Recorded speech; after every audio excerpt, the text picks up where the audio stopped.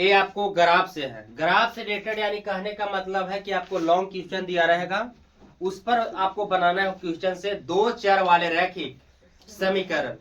रैखिक समीकरण बनाते हुए आप इसमें एक आलेख खींचना है, यानी ग्राफीय विधि से आलेख खींचे। तो चलिए प्रश्न सबसे पहले क्वेश्चन 1 है 3.1 का। आफताब अपनी पुत्री से कहता है, एक आफताब है अपनी पुत्री से कहता है 7 वर्ष पूर्व मैं तुमसे 7 गुनी आयु का था। आफताब एक पिता है और एक क्या है, पुत्री। आफताब अपनी पुत्री से कहता है, तो यहाँ पर बाबू दो है, एक है आफताब और दूसरा पुत्री। तो दोनों का यहाँ पर देखिएगा, एक आफताब की आयु और दूसरा किसका आयु, पुत्री की आयु। तो आफताब की आयु यहाँ पर मानने पड़ेगा। क्वेश्चन फर्स्ट है, माना कि आफताब की आयु या उम्र x वर्ष है। कितना वर्ष, x वर्ष, तथा पुत्री की आयु कितना हो जाएगा बाबू, पुत्री के जो आयु होगा वो आपको हो जाएगा y वर्ष। कितना वर्ष, यानी आफताब की आयु x वर्ष तथा पुत्री की आयु y वर्ष। आगे है प्रश्न से कि 7 वर्ष पूर्व, देखिए प्रश्न क्या कर रहे हैं यहाँ पर। अगर हम लोग चलेंगे प्रश्नानुसार चलेंगे तो यहाँ पर प्रश्न के अनुसार क्या होगा, यानी प्रश्न से चलेंगे तो प्रश्न से होगा आपको कि 7 वर्ष पूर्व, सुनिए, एक है आफताब पिता और एक है पुत्री। तो यहाँ पर 7 वर्ष पूर्व के मतलब हुआ कि अगर घटेगा तो दोनों का एज घटेगा और बढ़ेगा तो दोनों का बढ़ेगा। तो यहाँ पर क्या बोला गया है कि 7 वर्ष पूर्व। कितना वर्ष, 7 वर्ष पूर्व। तो बाबू 7 वर्ष पूर्व के मतलब हुआ कि आफताब की आयु भी 7 वर्ष घटेगा और पुत्री की भी आयु 7 वर्ष घटेगा।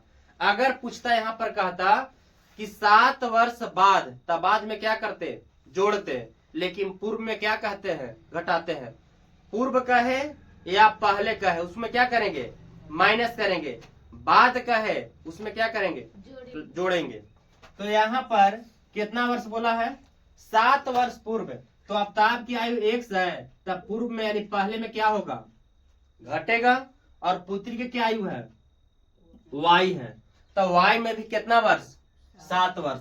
जैसे कहने का मतलब है कि एक पिता है एक पुत्र है, ठीक है। अभी 2026 में जो है पिता की आयु 5 वर्ष, सॉरी 5 नहीं, 1 मिनट रुक जाइए। देखिए एग्जाम्पल से अगर चलते हैं, एग्जाम्पल पिता और कौन चीज, पुत्री।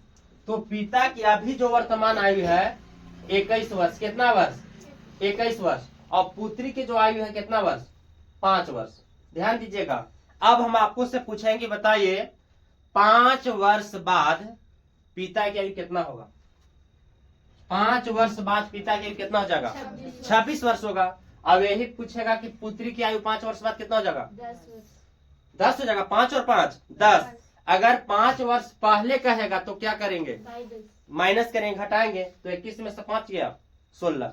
तो यहाँ पर बोला गया है कि 7 वर्ष पूर्व, तो जुटेगा तो दोनों में और घटेगा तो दोनों में। लेकिन यहाँ पर क्या दिक्कत है कि अगर आपको पूर्व कहेगा तो घटाएंगे और बाद कहेगा तो जोड़ेंगे। तो यहाँ पर बोला 7 वर्ष पूर्व, तो दोनों में हम कितना कर दिए, दोनों में 7 वर्ष घटा दिए। इसके बाद बोलता है 7 वर्ष पूर्व मैं तुमसे कितना आयु का था, 7 गुनी आयु का था। यानी कितना गुनी आयु का है बाबू, 7 गुनी आयु का।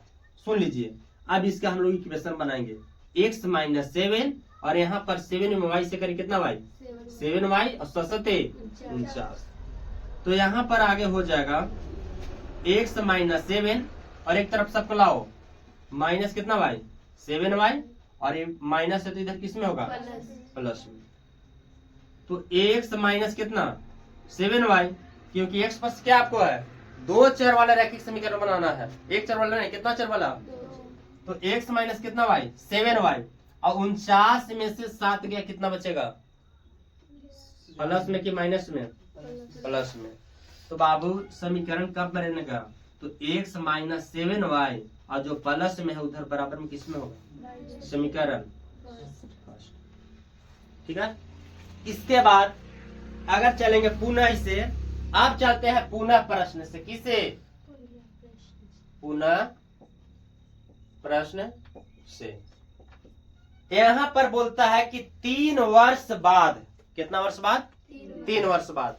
तो 3 वर्ष बाद कहेगा, तो 3 वर्ष बाद के मतलब क्या हुआ बताइए? 3 वर्ष बाद। तो अब ताप की आयु में 3 वर्ष घटेगा कि जुटेगा? जुटेगा।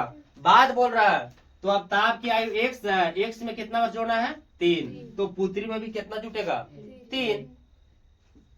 y plus 3। अब आगे पढ़िए। यहाँ पर आपसे 3 वर्ष बाद मैं तुमसे केवल कै गुना? 3 गुना। ये कै गुना होगा? तो 3 से गुना। तो x प्लस 3 बराबर 3 में y से 3y और 3 में 3 से करें कितना? तो यहाँ पर x प्लस 3 बराबर प्लस में ना बाबू, इधर सब किस में आएगा? माइनस। तो x माइनस कितना y? 3y। 3 में से 9 गया कितना? -6।